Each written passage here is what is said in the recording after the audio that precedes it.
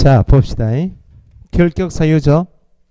요건 간단하게 정리하시면 돼요. 언제까지 결격 사유 종사 못하고 언제부터 종사할 수 있는가 요걸 묻는 거예요. 그 밑에 1번에 뭐예요? 제한 능력자는 어디서 배웁니까? 민법 시간에 12월 달 들으신 분들은 기초 입문 과정에 자료 나왔죠. 제한 능력자 민법에서 행위 능력을 제한해서 야를 보호하겠다는 거예요. 세 사람. 미성년자 있나요? 없나요? 넘기시면 피성년 후견인, 피한정 후견인 있죠. 요 세 사람을 민법에서 제한 능력자라 합니다. 미성년자는 우리보다는 판단 능력이 떨어지죠. 미성년이니까. 미성년하고 우리하고 단도로 매매하면 누가 불리해요? 미성년자가 불리하니까 단도로 매매한 경우에 야를 보호하기 위해서 취소할 수 있도록 한다. 그게 민법이에요. 피성년 후견인. 미성년자는 현재 몇 세요? 만 19세 미만인 자가 미성년이죠. 피성년 후견인, 피한정 후견인은 이전에 금치산자를 현재 피성년 후견인, 이전에 한정치산자를 현재 피한정 후견인 이렇게 해요. 그러면 이 사람은 여러 질병, 노령 등으로 정신적 제약이 있겠죠. 정신적 제약으로 사물을 처리할 능력이 지속적으로 결여되어 있는 사람. 병원에 보통 계시죠. 삼정병원 말고 하얀 병원이 있어. 여기 근처 하얀 병원이 있어요? 하얀 병원이 뭔지 아나? 정신병원. 네 병원 좀 갔다 와야겠다 할 때 하얀 병원에 갔다 온다 할 때는 네가 좀 이상하다는 거야. 요즘에는 치매가 좀 심한 사람 있죠. 그 사람들을 가족들이 혹시 엄마 명의로 되어 있는 아버지 명의로 되어 있는 부동산을 정신을 팔아버릴 수 있으니까 가족이 청구해서 아버지를 엄마를 이 사람 만들어. 피한정 후견인은 정신 멀쩡해요. 정신적 제약 등이 있는데 사물을 처리할 능력이 부족한 사람이에요. 학교 다닐 때 조금 부족한 사람 있잖아요. 친구 중에 있나 없나? 학습 능력이 못 따라고 하는 사람 있잖아요. 험한 말로 팔푼. 이 사람은 이제 한정치산자 제도에 있을 때는 야가 단독으로 할 때 법정 대리인 동의를 얻으라 했거든. 부족해서. 근데 얘는 멀쩡해요. 그래서 좀 바뀐 게 이제나 좀 바뀐 게 피한정 후견인 심판하게 되면 별도 법원에서 피한정 후견인 만들 때 별도로 이러한 행위를 할 때 법정 대리인 동의가 필요합니다라고 별도 제한사항이 없으면 그냥 단독으로 해. 그럼 나중에 우리가 부동산 하고 있는데 멀쩡한 사람이 들어올 수 있잖아요. 나이는 성년이야. 그러면 알고 보니까 피한정 후견인, 피성년 후견인은 좀 표시 나겠어요? 안 나겠어요? 뭔가 좀 이상하겠죠? 그럼 어쨌든 성년인데 좀 이상하면 가족관계 증명서를 발급받아 봐야 돼. 옛날에 호족부 있죠? 가족관계 증명서를 보면 피한정 후견인, 피성년 후견인 표시가 나요. 조심하셔야 돼. 그거 확인 안 하고 중개했죠? 취소해버리면 누가 책임져야 돼? 내가 책임져야 돼. 그러면 피성년 후견인이 되려면 피한정 후견인은 아무리 정신이 나가 있어도 부족해도 가정법원으로부터 성년 후견, 한정 후견 개시 심판을 받지 않으면 가정법원에 가서 개시 심판을 받지 않은 상태이면 제한 능력자입니까 아닙니까? 정신만 없을 뿐이야. 그럼 우리나라에서 이 피성년 피한정 후견인이 많겠어요? 적겠어요? 이전에는 거의 없었어. 요즘에는 치매 환자가 많으니까 가족들이 본인이 정신 들어올 때 내가 이러면 안 되겠다 해서 본인이 가서 청구해야 돼요. 배우자, 가족 있죠? 사촌이나 친족에 가서 법원에 청구하는 거야. 그래서 가정법원이 정신감정서 받죠? 보고 확인되면 그때 개시심판을 해. 한성년 후견 개시심판, 한정 후견 개시심판 하겠다. 그 말은 제한 능력자를 만들겠다는 제도예요. 그러면 아무리 정신이 없어도 부족해도 개시심판 받지 않으면 멀쩡하다. 법적으로 멀쩡하다고? 제한 능력자 안 해요. 그럼 개시심판 받으면 그때 피한정, 피성년 후견인이 되니까 제한 능력 되었죠. 그 다음에 약물치료 잘 받아가지고 정신 돌아왔어요. 지속적으로 결여되어 있는 상태가 벗어났다고. 책을 많이 읽어 똑똑해졌다고. 부족한 상태가 없어졌어요. 그러면 바로 결격에서 바로 벗어납니까? 법원에 갔다 온 사람은 벗어났으면 라는 것을 증명해서 가정법원이 정신 돌아왔구나 똑똑해졌구나 확인하고 성년 후견 한정 후견 종료 심판을 내리면 그때 벗어난다고. 에? 미성년자는 오로지 성년이 되지 않으면 결격이었다가 성년이 되면 그때 벗어나요. 피한정 피성년 후견인은 오로지 뭘 받아야? 종료 심판 받아야. 이전에 한정치산자 제도였을 때 이렇게 나왔어요. 사실상 법률상 아니고 사실상 한정 후견 상태에 있는 자, 사실상 성년 후견 상태에 있는 자는 결격이다 아니다. 아니다. 사실상 그 말은 법적으로 아직 법은 안 갔다 왔다 그 말입니다. 사실상 상태에 있는 사람은 결격 사유가 아니에요. 계시 심판 받은 자가 사실상 벗어난 경우, 성년 후견 상태에서 한정 후견 상태에서 벗어난 경우 결격 사유에서 벗어난다? 아니고 뭘 받아야? 종료 심판 받아야. 미성년자는 오로지 뭐 성년이 돼야 돼. 그 미성년자 옆에 땡땡 뭐 적으시면 돼? 성년 적으시면 돼. 성년. 밑에 2번에 피한정 후견인 땡땡 종료 심판 받은 때. 밑에 3번도 피성년 후견인도 종료 심판 받은 때 결격에서 벗어나요. 에? 그럼 이거 다 맞춰야 될 거 아니야? 틀려. 4월달에 비 오는 날 모의고사 보면 틀린다고. 비 오는 날이야. 자 보세요. 에? 미성년자가 혼인을 한 경우 결격 사유에서 벗어난다. 미성년자가 법정 대리인의 동의 얻은 경우 결격에서 벗어난다. 미성년자 지가 아무리 혼인을 해도 현재 뭐이면 미성년이면 미성년자가 친권자인 법정 대리인 동의 얻어도 현재는 뭐이면 미성년이면 결격 사유에 벗어나지 못해요. 이거 민법에서 이렇게 배우신다고.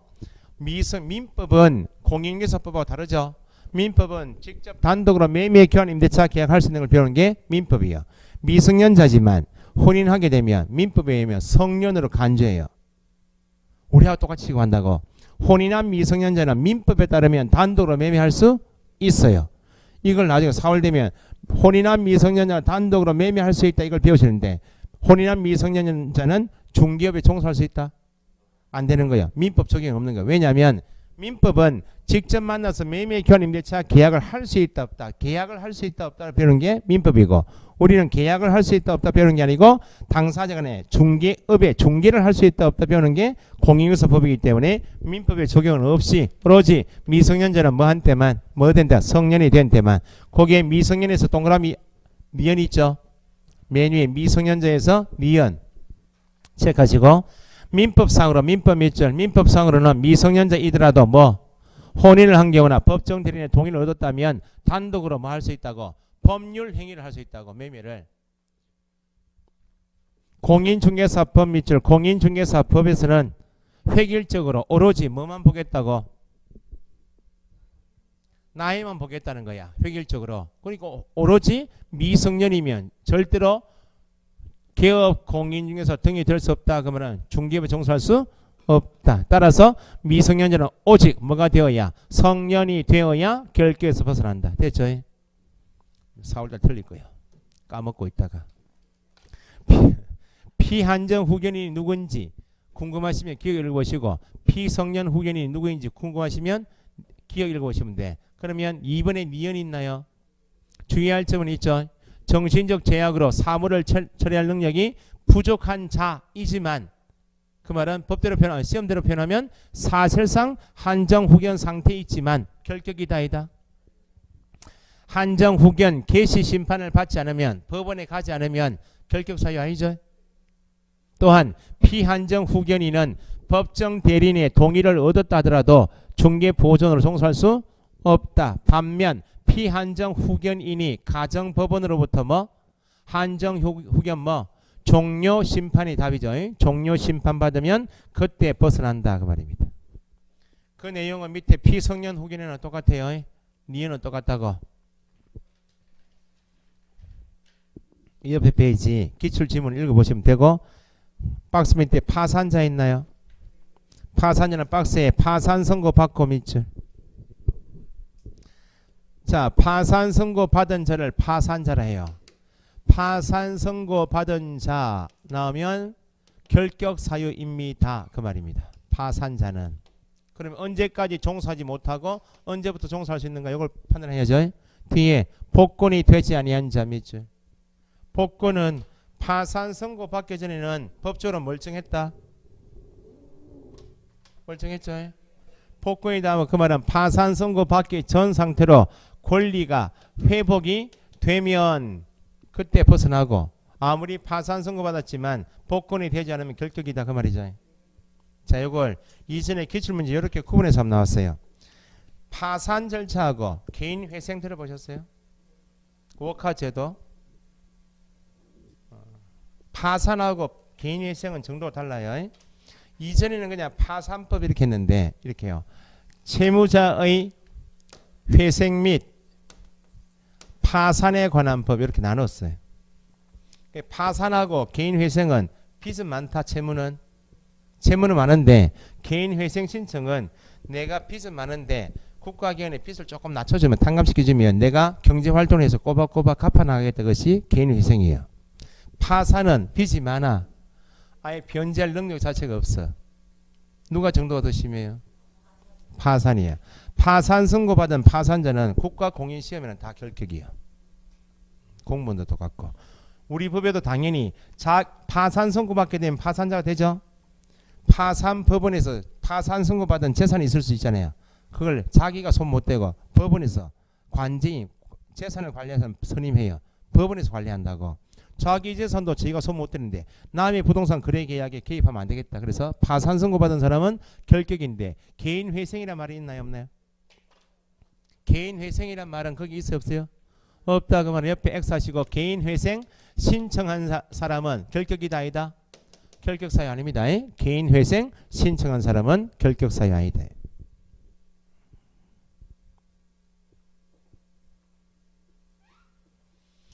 자, 그럼 이것도 똑같아요. 개인 파산 선고받은 사람은 복권이 되지 않으면 결격이죠.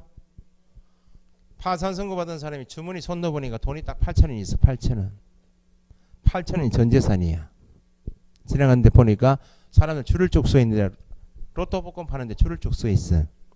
당첨이 잘 되는 가게 아니야. 줄 서 있단 말이야. 전 재산 8,000원 들어가지고 5,000원짜리 로또 복권 산 거야. 3,000원 가지고 김밥 한 줄 사 먹고 이제 끝이야. 500원 남았어 이제. 토요일 로또 복권 그 결과 추첨하는데 당첨이 되었어. 파산 선고받은 사람이 로또 복권이 돼가지고 채무를 다 변제했어요. 빚을 다 갚았죠. 그럼 파산 상태에서는 벗어났네. 파산 상태에서는 벗어났다고. 법원에서 선고받은 사실이 있죠. 채무를 다 변제해서 파산 상태에 벗어나면 바로 결격기에서 벗어난다. 법원에 가서 파산법원 가서 내가 채무를 다 변제했습니다. 증명해서 복권 신청하겠죠. 신청하면 벗어난다. 아니고 신청받은 법원이 확인해보고 복권 결정을 해야, 복권이 되어야 그때 벗어나지. 채무를 변제했다고 그래서 복권 신청했다고 해서 벗어나는 것이 아니다. 미성년자가 혼인을 했다고 해서 법정 대리인의 동의가 있다 해서 벗어나는 것이 아니듯이 여기 똑같아요. 그럼 거기 파산 선고 있죠.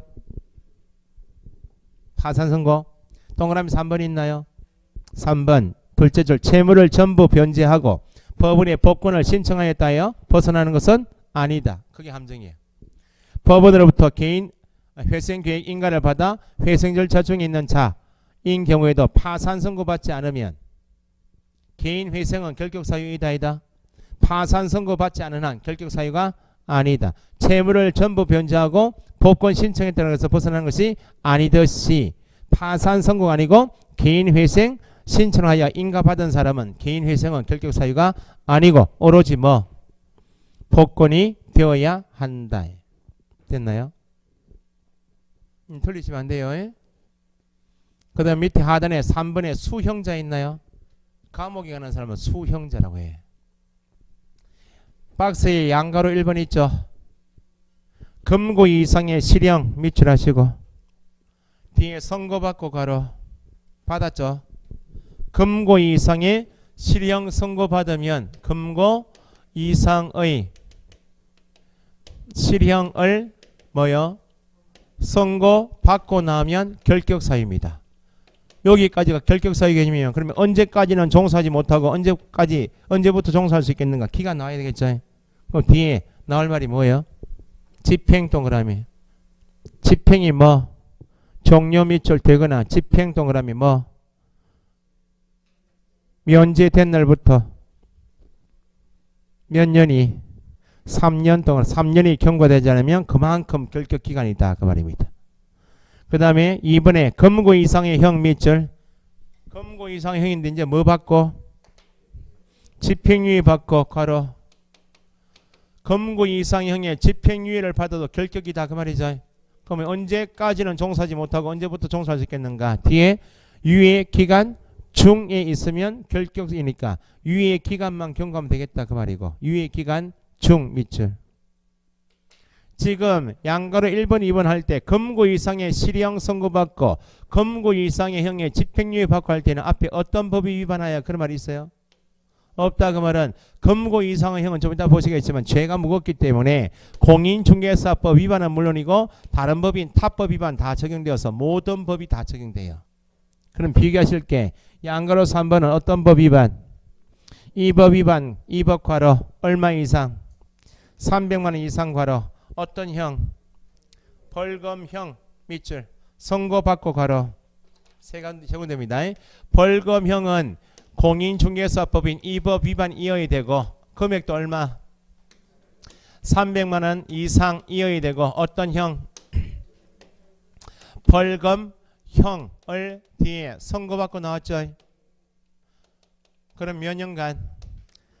3년이 경과되지 않으면 결격, 3년만 경과하면 결격 사유가 아니다. 자 보세요. 결격 사유 중에서 형자가 금고 이상의 실형 나왔죠. 금고 이상의 형 나왔죠.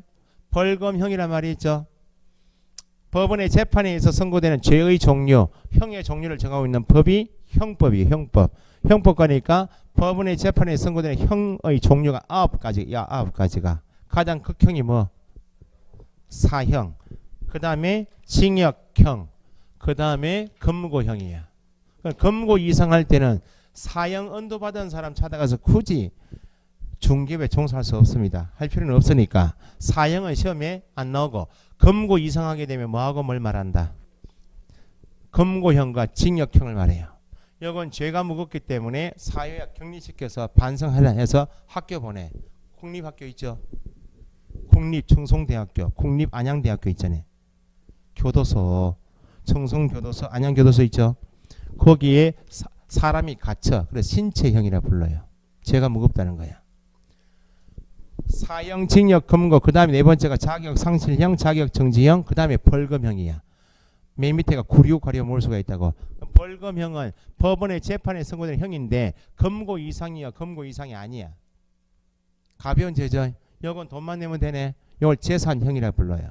무거운 죄, 가벼운 죄이기 때문에 결격사 요건을 따질 때도 죄가 무거운 금고, 징역, 줄여서 금고 이상을 행할 때는 법을 따질 필요 없이 모든 법이 다 결격이야.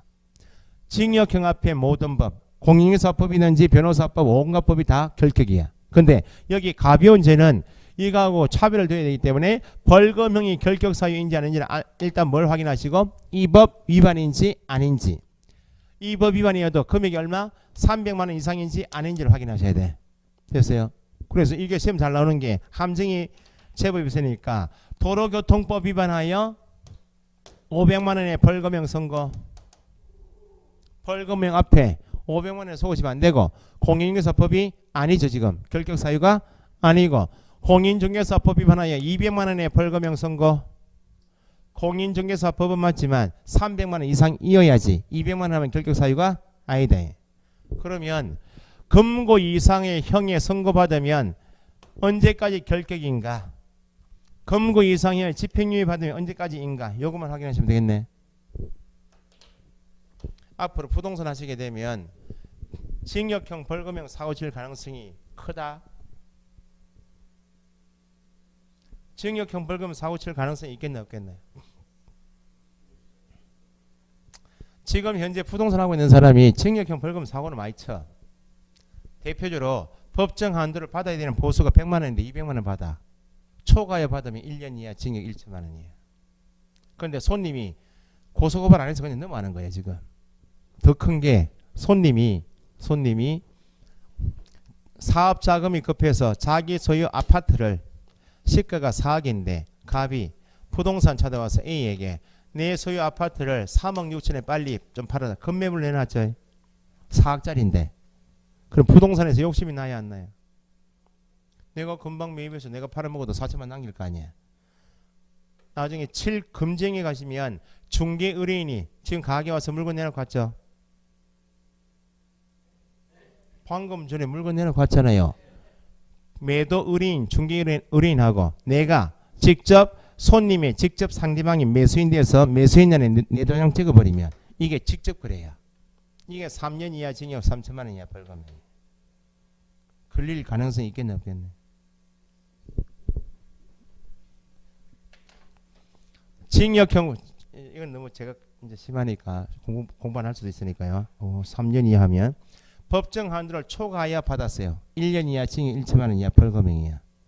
손님이 계약 내용에 불만이 있다고 매수인이 불만이 있으면 경찰서 가거나 검찰서에 바로 고소고발해버려요. 그러면 개업공인서 A가 지금 초과 수수했죠.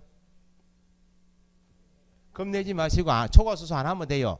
손님 물건 내놔도 내가 직접 매입 안 하면 돼. 겁내지 마시고. 그러면 수사기관이 누구예요? 검사입니다. 검찰청에서 불러.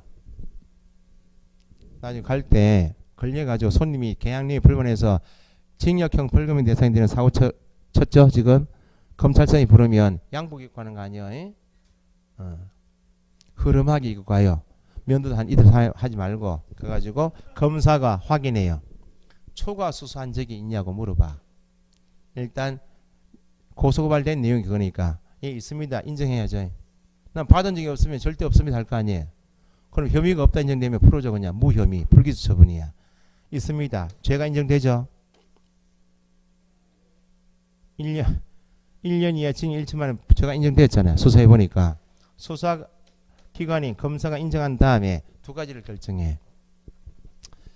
50만 원 100만 원 더 받고 이제 초과수 걸렸는데 인정한 다음에 아니 그때 이제 야가 또 감을 질러 검사 앞에서 아니 그때 지가 50만 원 더 드리겠습니다 해가지고 동의 얻어서 내한테 줬는데 주놓고 지금 나한테 다시 걸었다고 너무 억울합니다. 막 감을 막 지른 거야.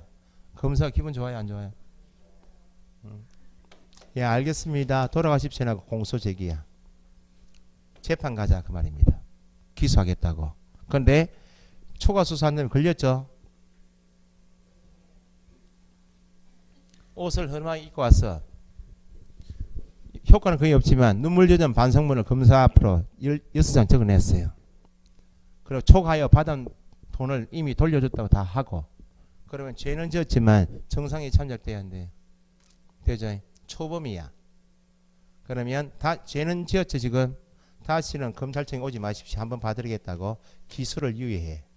기소 유예는 기소하겠다고 안 하겠답니다. 나중에 이게 또 필요해요. 검사가 공소 제기 또는 기소 유예 결정을 했다. 그 말은 검사인 수사기관이 죄를 인정했다. 인정한 사건이죠. 나중에 포상금을 지급해야 한다 할 때 이게 나와요. 포상금 지급할 때 검사가 어떤 결정이요? 공소 제기나 기소의 결정을 한 때 포상금 지급하려 나와요. 그러면 수사해 보니까 초과 수수죄가 없어. 혐의가 없을 수 있나 없나요? 불기소 처분이야. 돌아가십시오 이렇게. 그러면 검사가 공소 제기하면 법원에 가야 되겠네. 법원 가서 판사가 검사가 이야기하는 거 듣고 법원이 다시 확인해요. 초과 수수한 적이 있습니까? 물어봐. 있어요 없어요? 있어서 공소 제기한 거 아니야. 있습니다. 죄가 인정이 되죠. 여기 가서도 판사 앞에 가가지고 또 감을 막 질러. 그럼 징역 유월형을 선고한다. 징역형이요. 징역 6월형을 선고한다. 그런데 이미 여기 가서 이제 감 질렀죠. 재판 왔죠. 반성을 했어요. 눈물 유전 반성문을 12장 적어내서 판사 앞으로. 그러고 인정합니다. 그 다음에 손님만 찾아가지고 다 사죄를 하고 다 돌려줬습니다.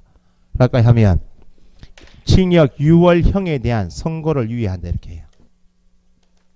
선고 유예는 선고하겠다고? 안 하겠다고? 죄는 지었다고? 지었어요? 그럼 형을 선고한 형이 징역형이나 검거형을 선고하면 학교 가야 될 거 아니야. 그게 집행이야. 구속 집행 들어보셨어요? 검거 이상의 형이 선고되면 벌금형은 돈만 내면 되지 집행이라 말 안 써. 집행 된다 그러면 학교 갔다 와라 그 말이죠. 그런데 6개월 선고하고 보니까 지금 선고받은 법을 위반한 사람이 연세가 70세 이상이에요 지금. 교도소 생활에 용이하지 않죠. 정상이 잠적되면 징역 6월형을 선고한다. 그 형의 집행을 2년 유예한다 이렇게 이야기해요. 집행을 유예하겠다 말은 6개월형은 선고했어요 안 했어요? 선고했지만 6개월형에 대한 집행 구속 집행을 몇 년 동안? 2년 동안 봐주겠다. 그럼 2년 동안 사고 치지 말고 무사히 견디시면 이거 없애주겠다고. 집행유예 있죠. 집행유예. 그럼 보세요. 징역형 검거형을 선고받았습니다 하면 학교 가야지. 뒤에 나올 말이 뭐예요? 집행이죠. 검거 이상인 징역형 검거형, 검거 이상의 형이 선고 나오면 뒤에 나올 말이 집행이야.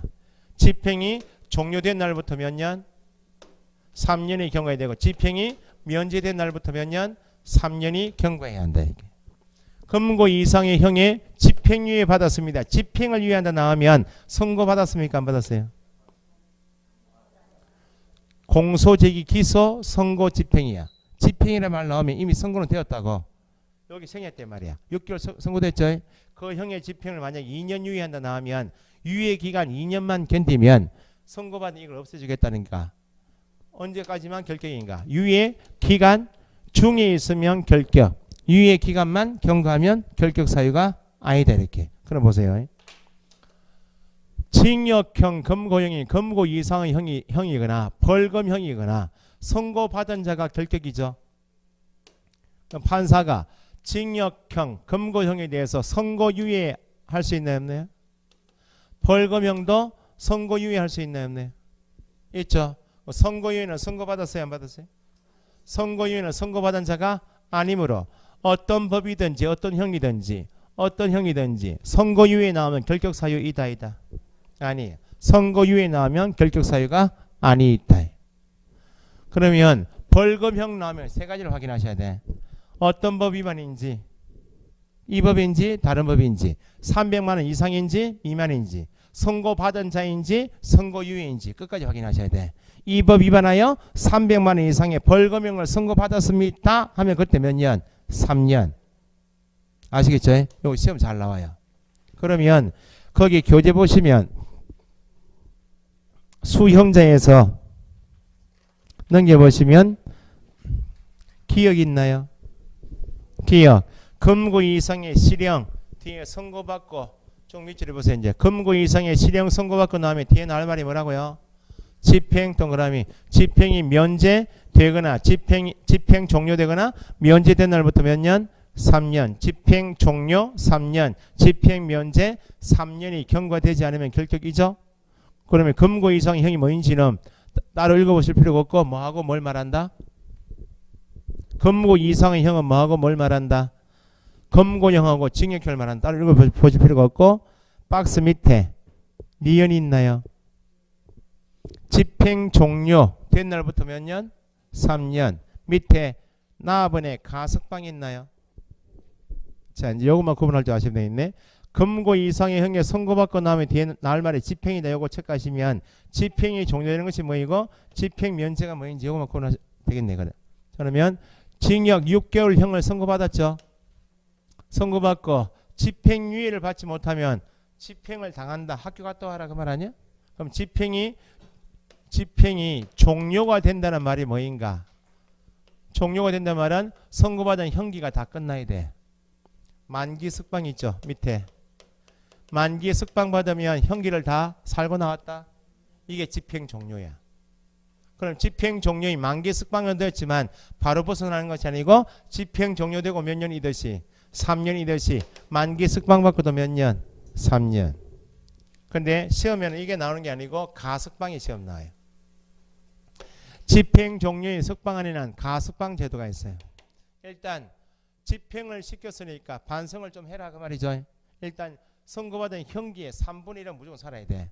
3분의 1 산 사람에 대해서 정상이 참작되면 가석방을 시켜줘. 임시로 미리 풀어준다 그 말 아니야? 임시로 몸은 풀려났지만 집행이 종료되려면 남은 기간이 있어요 없어요? 가석방이 시험 나는 것이 3년만 경과하면 되는 것이 아니고 집행이 종료되기 위해서 남은 기간이 있다 없다? 있다는 거야. 자녀 형기 더하기 3년 요게 뭐라고? 가석방. 그러면 이전에 기출문에 나왔듯이 5년형을 선고받은 자가 3년 복역 중 가석방 된 경우 몇 년이 경과해야? 자녀 형기 몇 년이요? 2년 남아있고 더하기 몇 년? 3년. 5년이 경과하면 벗어난다 그 말이죠. 검구 이상의 형에 선고받은 자가 가석방이 된 경우 3년이 경과한 때 결격에서 벗어난다. 가석방은 무조건 3년 하면 되고 남은 기한이 있다 없다? 있다. 가석방이 시험 잘 나와요. 그 다음에 집행 거기 가석방 밑줄 하시고 밑에서 둘째 줄 따라서 있나요? 가석방 된 자는 가석방 기간이 경과하면 그러면 자녀 형기가 경과하면 그때 집행이 종료되죠. 종료되고도 다시 몇 년? 3년이 경과해야 한다. 옆에 페이지 디귿에 집행 면제 있나요? 면제 동그라미 된 날부터 몇 년? 3년. 가번에 특별 사면만 밑줄. 자 보세요. 집행을 면제하겠단 말은 형을 선고해서 집행시켰죠. 면제가 된단 말은 종료하고 달라요. 집행 면제 대표적인 게 3.1절 특사 들어보셨어요? 그게 특별 사면이야. 특별 사면을 줄여서 특사라고 해요. 그러면 선고받았죠. 학교 보냈죠. 3.1절 특사에서 풀려났다고. 그럼 원칙은 남은 기간이 있어요 없어요? 있지만 특별 사면은 집행 종료가 아니고 집행 면제니까 남은 기간은 뭐? 남은 기간은 면제시켜 주겠다고. 그럼 특별 사면 받으면 남은 기간이 있어요 없어요? 없고 몇 년? 3년. 집행 면제된 날 3년 그 말은 같은 말 어떤 사면? 특별 사면 받은 날부터 3년. 근데 사면은 두 가지가 있어. 밑에 박스에 일반 사면 있나요 없나요?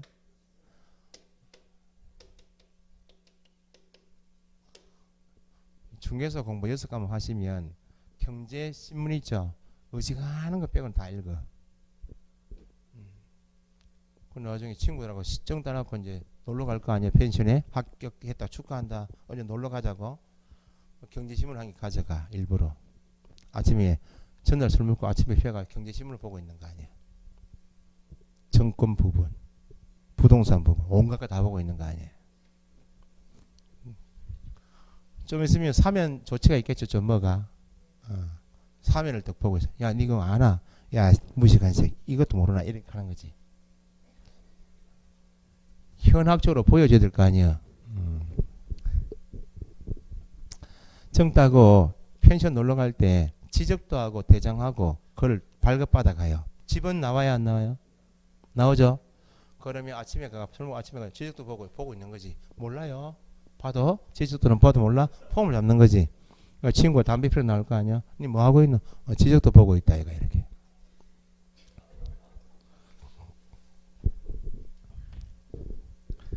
자, 일단 흉내 내야 돼. 흉내 내다가 내 것이 되는 거야.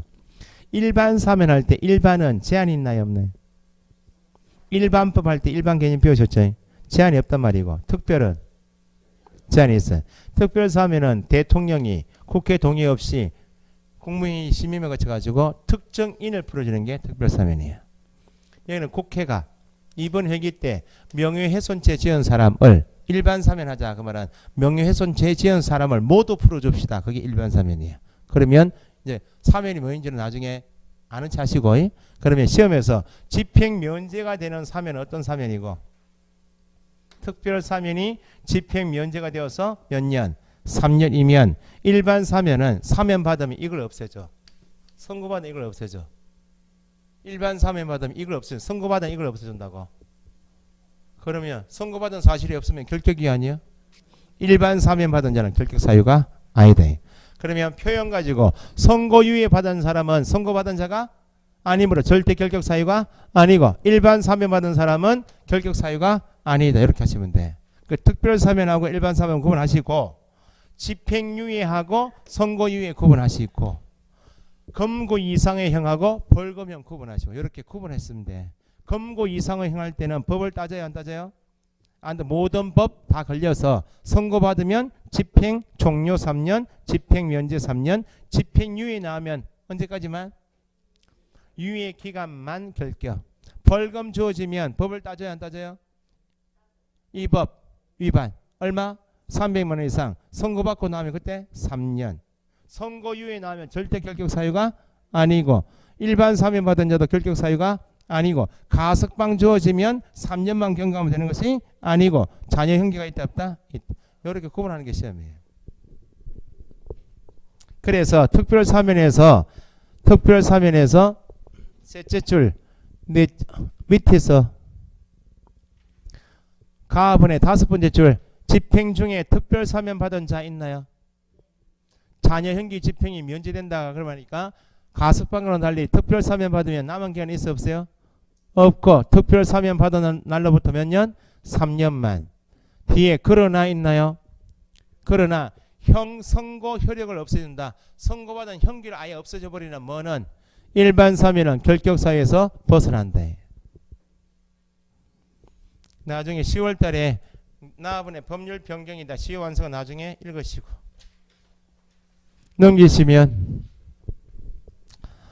2번에 검고 이상의 형 밑줄 뭘 받고 이제 집행유예 할 때 집행 동그라미 집행이라는 말 나오면 선고는 되었다 안 되었다? 되었으므로 언제까지? 유예 기간 중 유예 기간만 체크하시면 되죠. 니은 있나요? 니은?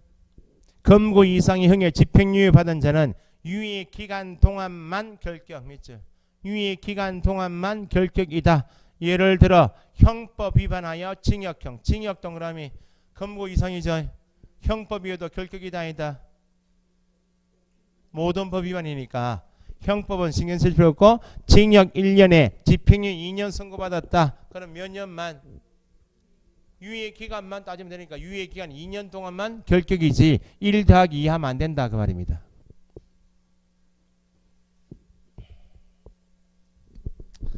그럼 비교해서 디귿의 셋째 줄 뒤에 있나요?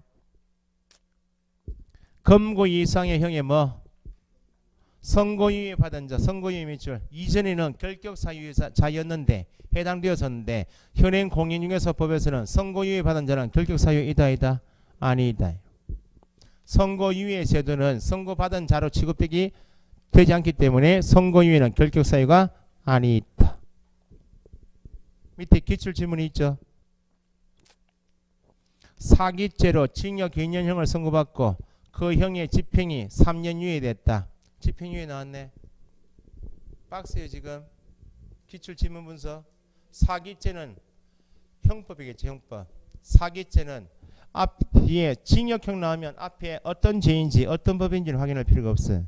2년형을 선고했죠. 집행유예 몇 년? 3년. 몇 년간? 3년 유예 기간 동안만.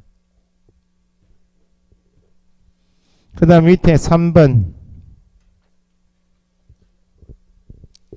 유예기간이 종료되었으니까 등록할 수 있다 없다? 있다 그 말이고 박스 밑에 3번 이 법 위반 괄호 300만원 이상 괄호 벌금형 밑줄 선고받고 괄호 세 가지 괄호 하시면 몇 년? 3년 이죠. 세 가지를 확인하시라 그 말이야. 그래서 기억의 둘째 줄 뒤에 따라서 있나요? 따라서 다른 법률 밑줄 다른 법률 위반 벌금형 결격이다 아니다? 아니고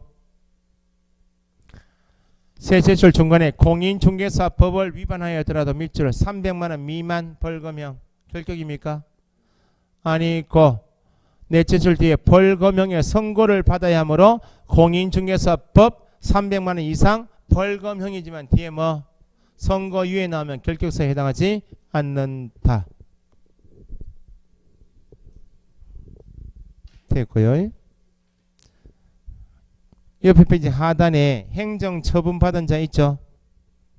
그 박스만 보시면 돼. 자격 취소된 후 밑줄 하시고 자격 동그라미. 자격이 취소되면 몇 년?